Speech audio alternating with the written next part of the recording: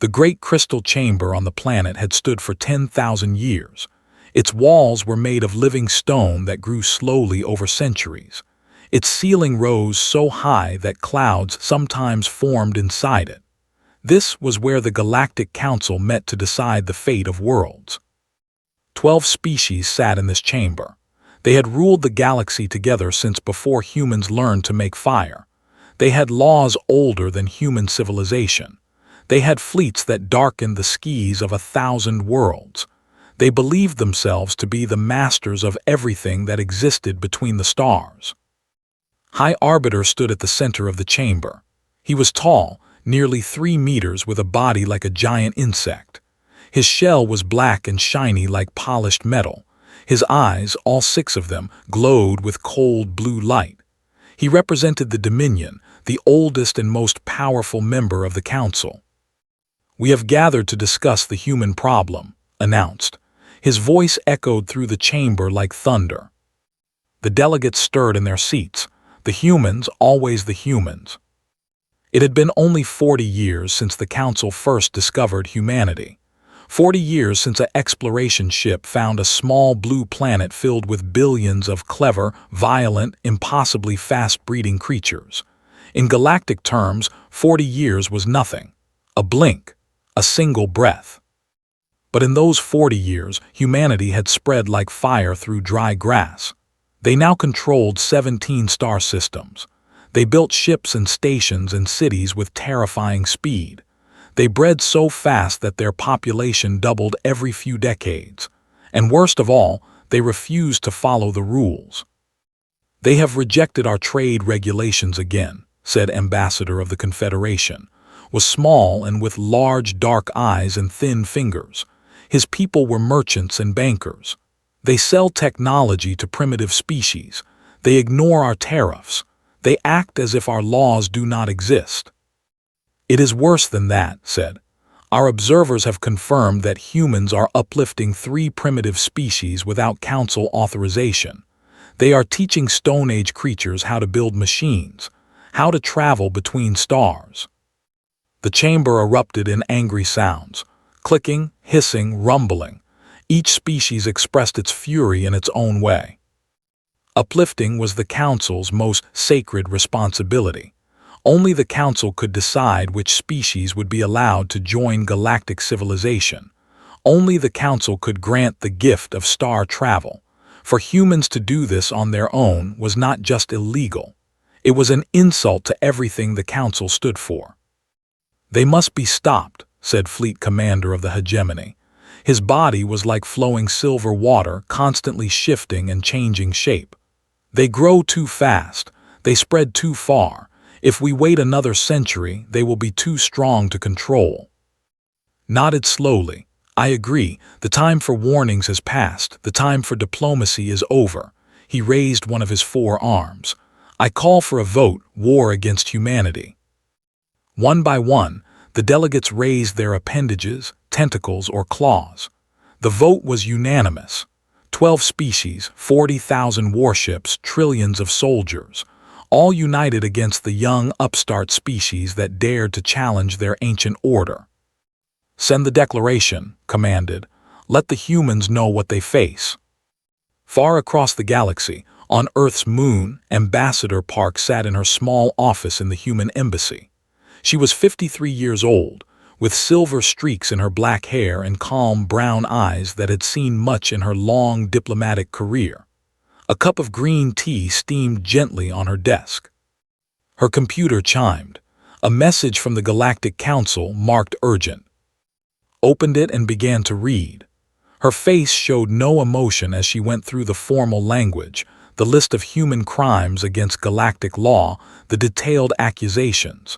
When she reached the final paragraph, she stopped. "By unanimous vote of the Galactic Council, a state of war now exists between the Council and the species known as humanity.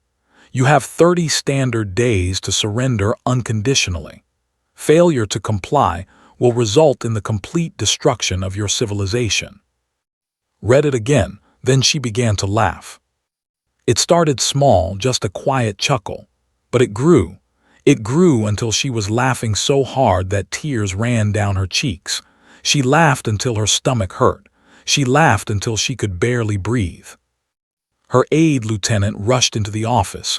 He was young, barely 30, with a worried face. "Ambassador, what's wrong? What happened?" Handed him her computer, still laughing. Read the message. His face went pale. "Ambassador, this is serious. The combined fleet, 12 species, 40,000 warships. We only have 300 combat vessels. We can't possibly." Interrupted, finally catching her breath. "Do you know why I'm laughing?" "No, Ambassador." Stood and walked to her window. Outside she could see Earth hanging in the black sky, blue and green and white, beautiful, fragile looking, but looks could be very, very deceiving. "I'm laughing because they have no idea what they just did," she said. "They think they know us. They've watched us for 40 years. They've seen our civilian ships. They've seen our small police forces. They think that's all we are." She turned back to face her aide. Her eyes were no longer laughing. They were hard as stone. "They don't know about the shipyards we've hidden in asteroid belts. They don't know about the factories we've built under the surfaces of moons. They don't know that every human colony has enough weapons buried beneath it to fight a war for 100 years." Stared at her. "We were preparing all this time. Since the day we first met them," said. "We knew this day would come. A species that has ruled for 10,000 years does not share power willingly. So we smiled and nodded and pretended to be weak. And we prepared." She sat back down at her desk and began typing a response. "What are you telling them?" asked. Smiled. It was not a nice smile. "I'm telling them that we accept their declaration of war. And I'm telling them that we look forward to teaching them why Earth's history books are full of wars and theirs aren't." She pressed send. Across the galaxy in the crystal chamber on High Arbiter received humanity's response. He read it with growing confusion. These creatures were outnumbered, surrounded by enemies on all sides. They should be begging for mercy. Instead, they were laughing. He did not understand. He would learn. The flagship of the combined fleet was called the Eternal Verdict. It was 5 kilometers long, covered in weapons, and carried enough firepower to destroy a small moon. For 600 years, it had been the symbol of council power. No enemy had ever survived seeing it in battle.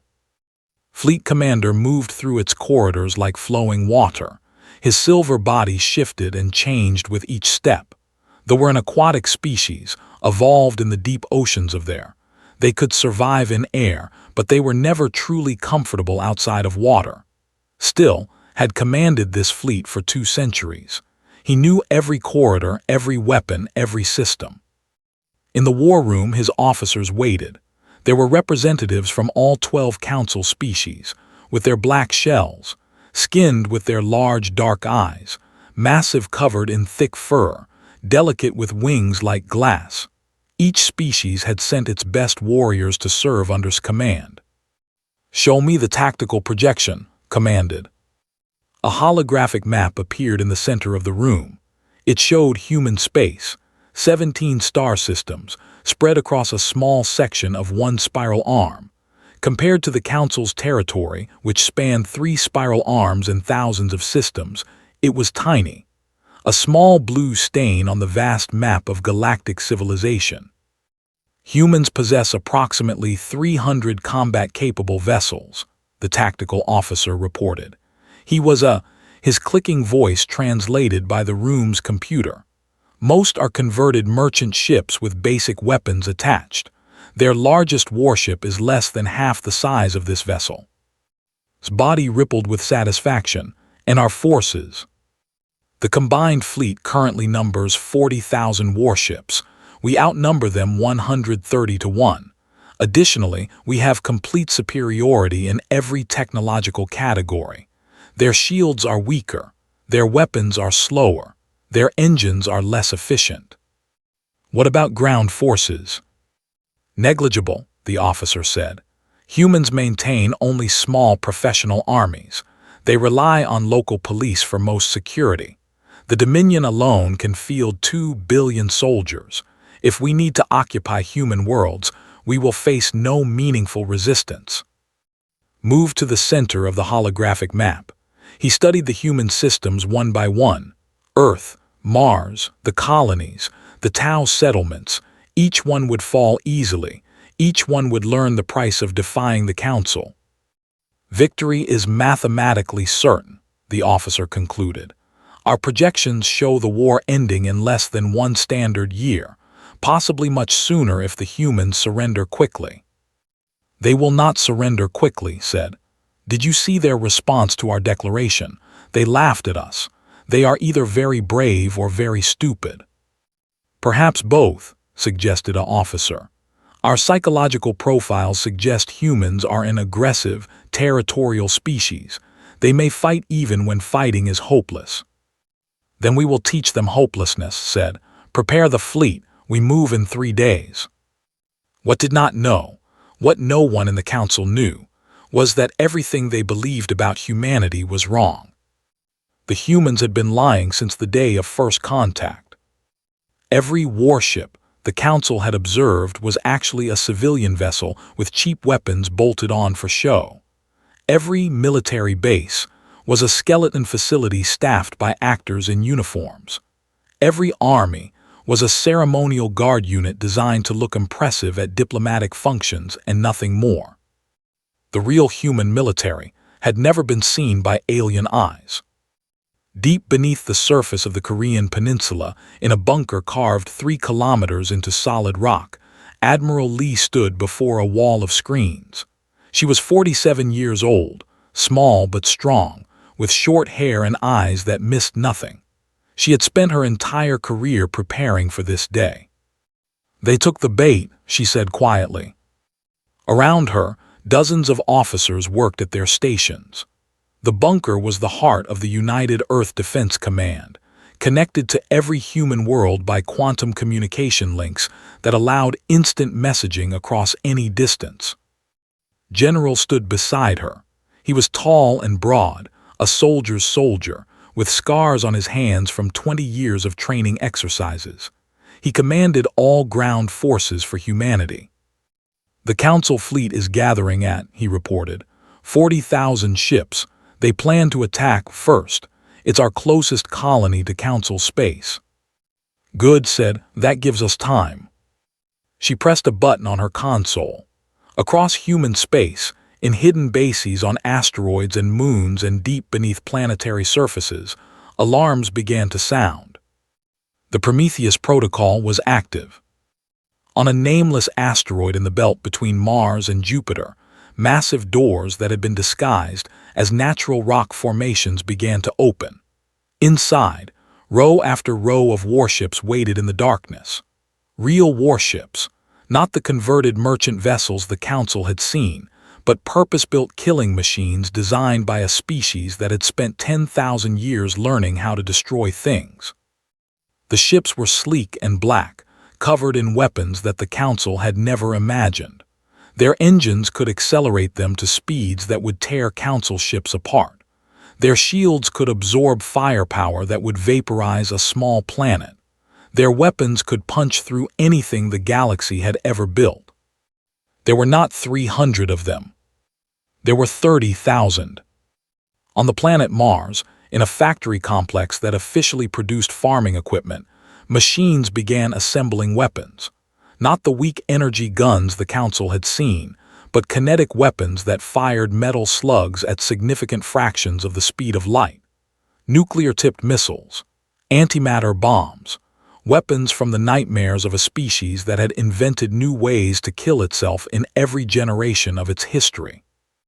On Earth itself, in military academies that were officially closed decades ago, millions of soldiers began receiving their real orders.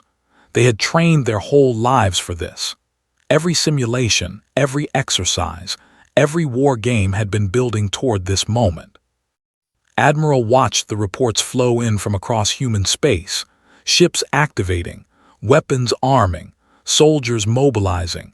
Humanity was waking up and it was angry. How long until we're at full combat readiness? General asked. Checked her display. The numbers were beautiful, decades of preparation paying off in hours. 72 hours, she said. The Council gave us 30 days to surrender. We'll be ready to fight in 3. Smiled grimly. They have no idea what's coming. No, agreed. They've been watching us for 40 years. They think they know us. They've seen us smile and trade and negotiate. They think that's who we are. She turned to face her general, and her eyes were cold. They're about to meet the real humanity. The one that burned half its own planet in wars. The one that split the atom and immediately used it to destroy cities. The one that has never, not once in its entire history, faced a problem it couldn't solve with enough violence. She looked back at the screens, at the vast machine of war that was rumbling to life across 17 star systems. They wanted a war, she said quietly. We're going to give them one they'll never forget. The 442 system was quiet. It was a small colony, barely 2 million humans living on a rocky world that orbited a dim red star. The Council's strategists had chosen it as the first target because it seemed weak, isolated, easy to conquer. Fleet Commander brought 8,000 ships. It was far more than he needed, but he wanted to send a message. He wanted the humans to see the full power of the Council and despair. His fleet emerged from faster-than-light travel in perfect formation. 8,000 warships arranged in a wall of metal and fire, their weapons charged, their shields glowing. It was a sight that had broken the will of a dozen species over the centuries. But something was wrong. Commander, his sensor officer said, voice uncertain, I'm detecting human vessels ahead. How many? 500. Silver body rippled with what might have been amusement. Only 500. They must be brave indeed, or perhaps they simply wish to die with honor. But as his sensors refined their readings, his amusement faded. The ships ahead were not the converted merchant vessels he had expected. They were something else entirely. Sleek, black, angular shapes that seemed to absorb light rather than reflect it. They were smaller than his dreadnoughts, but there was something about them that made his ancient instincts scream danger. Commander, the sensor officer said, voice now filled with concern. These ships do not match any known human designs. Their power signatures are unusual. Unusual how? They are generating more power than our own vessels, much more. Before could respond, a communication request appeared on his screen. He accepted it. The face that appeared was human. A woman, young by their standards, with short dark hair and sharp eyes. She wore a uniform that had never seen before, black and silver, with strange symbols on the shoulders. Most disturbing of all, she was smiling. Fleet Commander, she said. Her translator rendered her words perfectly. I am Captain Bay of the 1st Human Combat Fleet. Welcome to 442. Captain said carefully, you are outnumbered 16 to 1. Your position is hopeless. I offer you one chance to surrender. Power down your weapons and prepare to be boarded. Laughed. It was a genuine laugh, full of actual amusement, and it made deeply uncomfortable. That's funny, she said. I was about to make the same offer to you. You mock me. No, said, still smiling. I'm required by Earth law to give you one chance to surrender before we engage. This is that chance. Please take it. I really don't want to kill 8,000 ships full of beings who were just following orders. His body churned with anger. This creature, this infant from an infant species, dared to threaten him. He had commanded fleets for 200 years. He had destroyed civilizations. He had never lost a battle. You are either insane or foolish, he said. Perhaps both. Your 500 ships cannot. Computer, interrupted, speaking to someone off-screen. Show them what a Kasaba howitzer does. Target the dreadnought at coordinates 774. One of the black human ships moved forward slightly. Something on its hull glowed white-hot for a brief moment. Then a beam of pure destruction lanced across the space between the fleets. It was not a laser, it was not plasma, it was something far worse. The weapon was a shaped nuclear charge, designed to focus 90% of a nuclear explosion into a single direction. The result was a spear of superheated matter moving at 3% of the speed of light. It crossed the distance between the fleets in less than a second. It struck the Council dreadnought Righteous Fury directly in the center. The Righteous Fury was 4 kilometers long. It had shields that could withstand asteroid impacts. It had armor a meter thick made of the strongest materials known to Council science. It ceased to exist. Not destroyed, not damaged, ceased to exist. One moment it was there. The next moment there was only an expanding cloud of gas and debris where a ship and 5,000 crew members had been. The Council fleet fell silent. 8,000 ships, millions of crew members, all staring in horror at the place where the Righteous Fury had been. "That was our small gun," Captain said pleasantly. "We have bigger ones. Would you like to surrender now?" His mind could not process what he had just witnessed. In 600 years of warfare, he had never seen anything like it.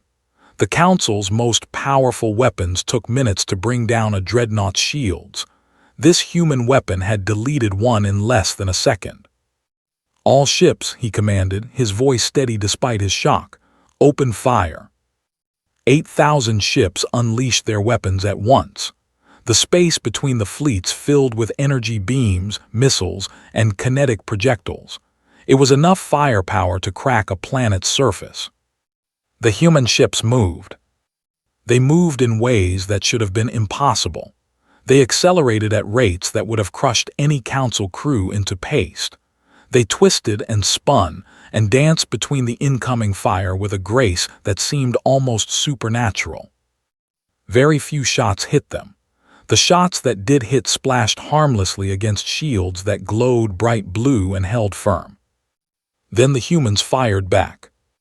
It was not a battle, it was a massacre. The human weapons punched through Council shields as if they did not exist. Their missiles moved so fast that point defense systems could not track them. Their kinetic rounds hit with the force of small nuclear weapons. Ship after ship exploded. Dreadnoughts that had served the Council for centuries died in seconds. Cruisers were cut in half by precise weapons fire. Destroyers simply vanished, overwhelmed by firepower they could not comprehend. Watched his fleet die around him. 3,000 ships, 4,000, 5,000. The humans moved through his formation like wolves through sheep, killing with terrible efficiency.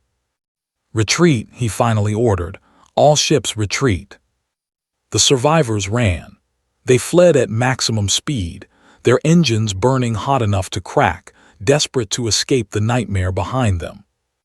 The humans did not pursue. The battle had lasted 11 minutes. 5,000 Council ships were destroyed. The rest fled in disgrace. Human casualties, 0. Captain watched the enemy flee on her display. Around her, her bridge crew was silent. They had trained for this their whole lives, but training was different from reality. "Damage report," she said quietly. "Minor damage to 3 ships," her first officer reported. "No casualties, all vessels combat-ready." Nodded slowly.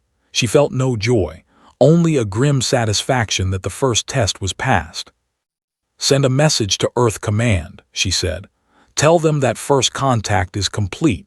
The enemy now knows what they're dealing with." She looked out at the debris field that had once been a Council fleet. "I don't think they'll make the same mistake twice." Crystal Chamber On had never been so quiet. High Arbiter stood at the center, his 6 eyes fixed on the holographic display. Around him, the delegates of 12 species sat in stunned silence. The display showed the remains of Fleet Commander's armada. 5,000 ships reduced to dust in 11 minutes. The greatest military disaster in Council history. "How?" His voice cracked with something that might have been fear. "How is this possible?" No one answered. No one could answer. Reports continued to flow in from across the front lines. Everywhere the story was the same. Human fleets appeared where no fleets should exist. Human weapons did things that Council physics said were impossible.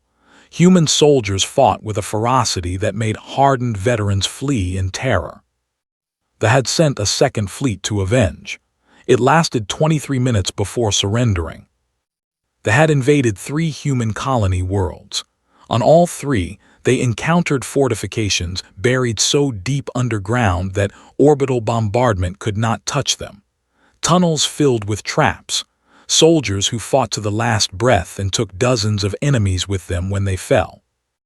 They had tried to attack Earth's economic infrastructure.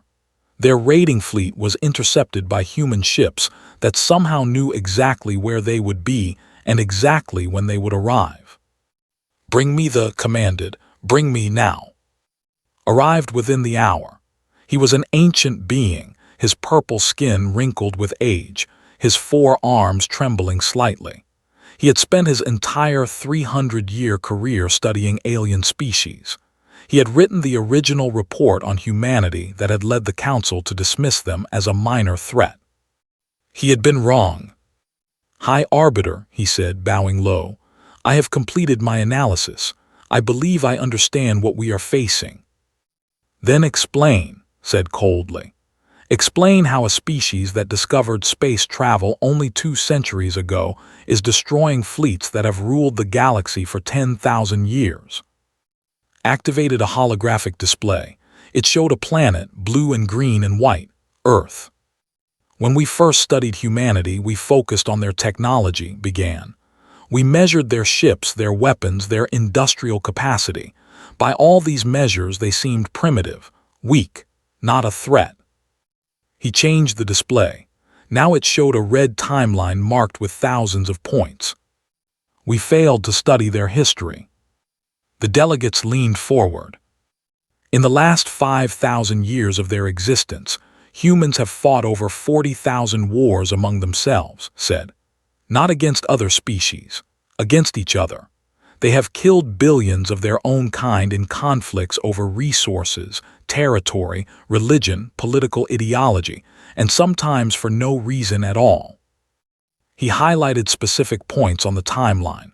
"Here, a single conflict killed 70 million of them.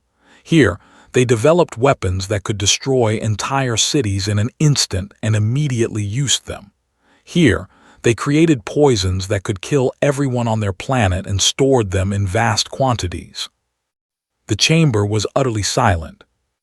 "Most species, when they develop technology that could destroy them, become more peaceful," continued. "They learn to cooperate. They set aside their differences. They stop fighting. Humans did not. They continued to develop more destructive weapons. They continued to find new ways to kill each other. Every generation brought new horrors." He turned off the display and faced the delegates directly. "We thought we were warriors," he said quietly. "We thought our fleets made us powerful. But the Dominion has not fought a real war in 6,000 years. The hegemony has not faced a genuine military threat in 8 centuries. We have had peace for so long that we have forgotten what war truly means." He gestured toward the distant edge of the galaxy, where human space lay. "Humans have never had peace. They have been practicing war against the most dangerous enemy imaginable, themselves, for their entire existence. Every weapon they showed us was a toy, a decoy, meant to make us underestimate them. Their real weapons are the ones they developed to kill each other, and those weapons are beyond anything we have ever imagined." His mandibles clicked nervously. "What do we do?" "I do not know," admitted. "I am not a soldier, but I can tell you this. We have awakened something terrible, something that was content to leave us alone as long as we left them alone. We forced them to show us who they really are." He paused, and when he spoke again, his voice was barely above a whisper. "And now they are coming." On the planet Prime, the Dominion's ancient, 2 million human soldiers fell from the sky. They came in drop pods that screamed through the atmosphere like meteors. They came in gunships bristling with weapons. They came in power armor that made them nearly invincible, with rifles that could punch through walls, with grenades that could level buildings. They had prepared for a siege. They had fortified their cities. They had placed their armies in defensive positions. They expected the humans to land and slowly push forward, grinding through their defenses over weeks or months. They were wrong. Colonel Han commanded the invasion force. She was small, barely 160 centimeters tall, with kind eyes and a gentle voice that made people instinctively trust her. She was also the most brilliant tactical mind humanity had produced in a century. She did not attack the defenses, she went around them. Human forces struck the power grid first. In 3 hours, half the planet was dark. Then they hit the communication networks, then the water treatment facilities, then the transportation hubs. The army stood in their fortifications and waited for an attack that never came. Meanwhile, their cities fell into chaos. Civilians panicked. Supply lines collapsed. Commanders lost contact with their troops. When finally attacked the positions, it was not a battle. The defenders were exhausted, hungry, confused, and terrified. Many surrendered without firing a shot. Those who fought found themselves facing an enemy that seemed to be everywhere at once, striking from directions they never expected. In 48 hours, the government of Prime surrendered unconditionally. Accepted their surrender personally. The High General, a massive warrior named who had never lost a battle in his long career, stared at her with all 6 of his eyes. "How?" he asked. "How did you do this? We had 10 million soldiers. We had fortifications built over centuries. We had weapons that could destroy mountains." Looked at him with something that might have been pity. "You had soldiers," she agreed. "But we have warriors. Your soldiers train for war. Our warriors live for it. We've been doing this for 10,000 years. We've been killing each other, conquering each other, destroying each other since before your species developed language." She gestured at the burning horizon, at the shattered remnants of military power. "This isn't new for us," she said simply. "This is what we are. This is what we've always been. You just never saw it before because we didn't want you to." She extended her hand, and after a long moment took it. "The war is over for your people," said. "Be grateful. Most of the enemies we've faced throughout our history were not treated so kindly."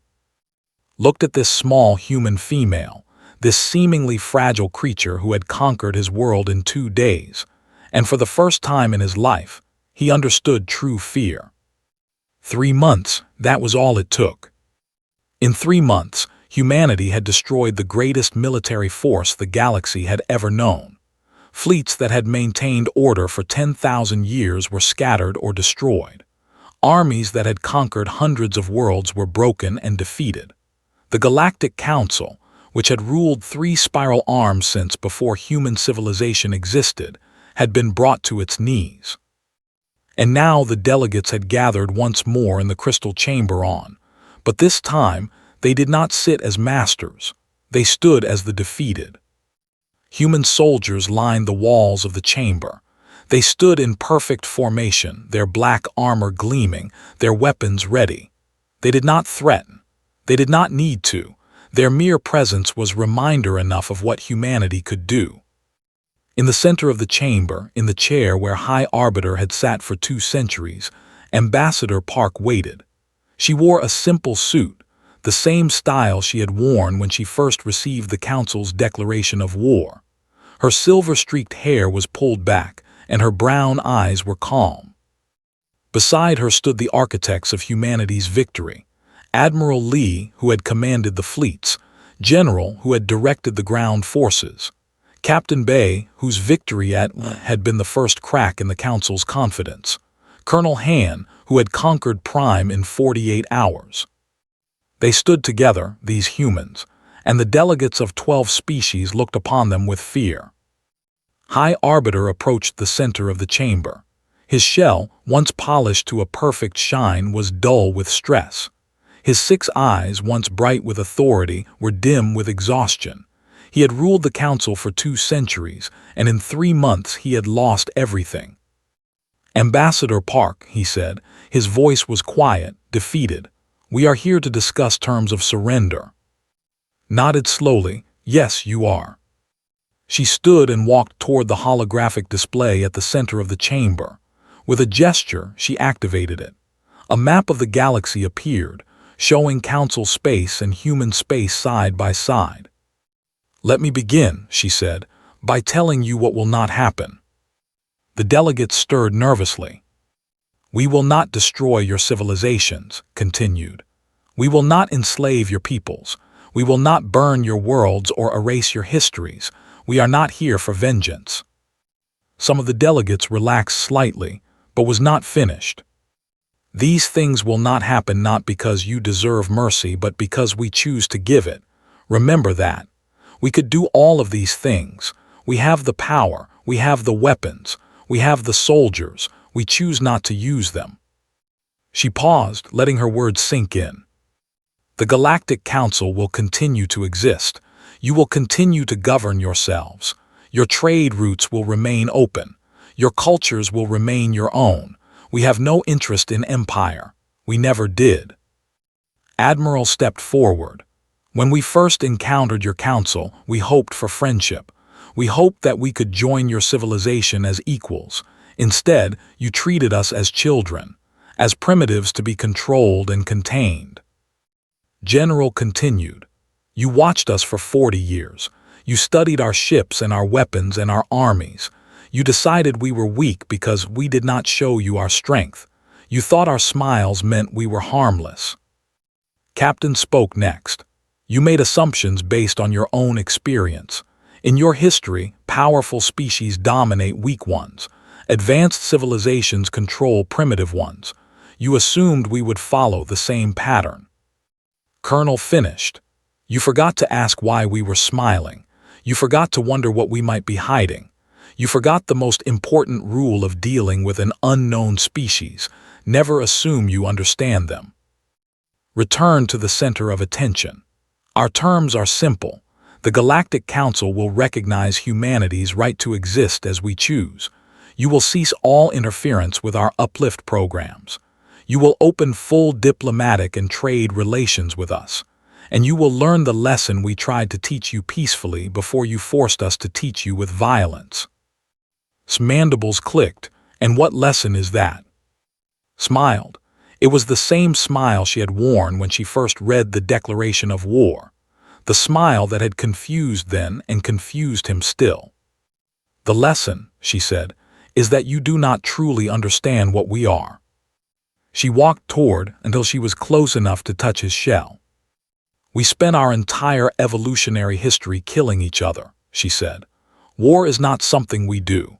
It is something we are. Every advance in our technology came from the need to kill more efficiently. Every great leader in our history earned their place through violence. We have 10,000 years of practice at being the most dangerous thing in any room we enter." She looked around the chamber at the delegates of 12 species. "You thought our laughter was arrogance. It wasn't. We laughed because, after everything we've done to ourselves, the idea that anyone else could threaten us is genuinely funny. You threw 40,000 ships at us.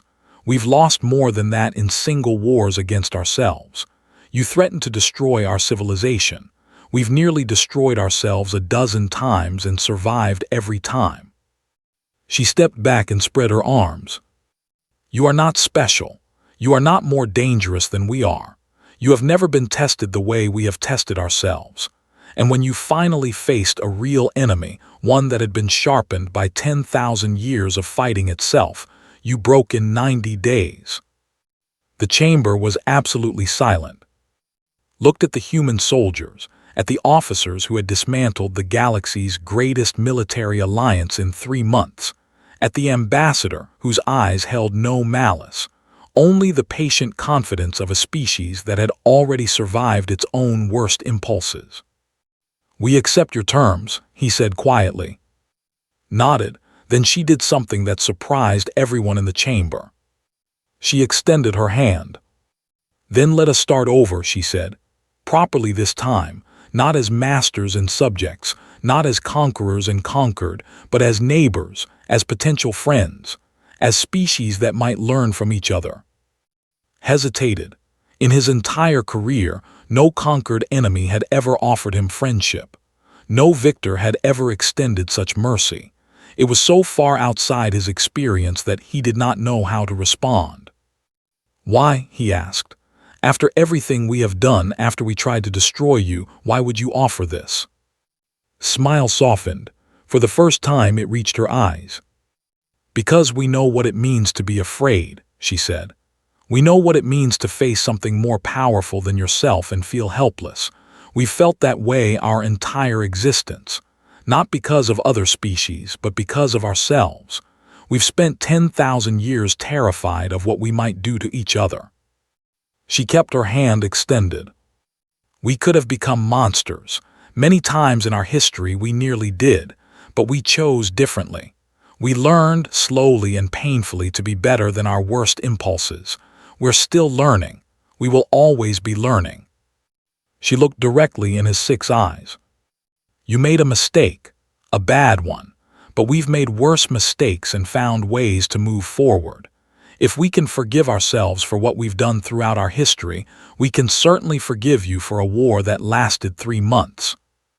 Looked at her hand for a long moment. Then slowly he reached out and took it. "Then we will start over," he said, "and perhaps in time we will understand each other." Shook his hand firmly.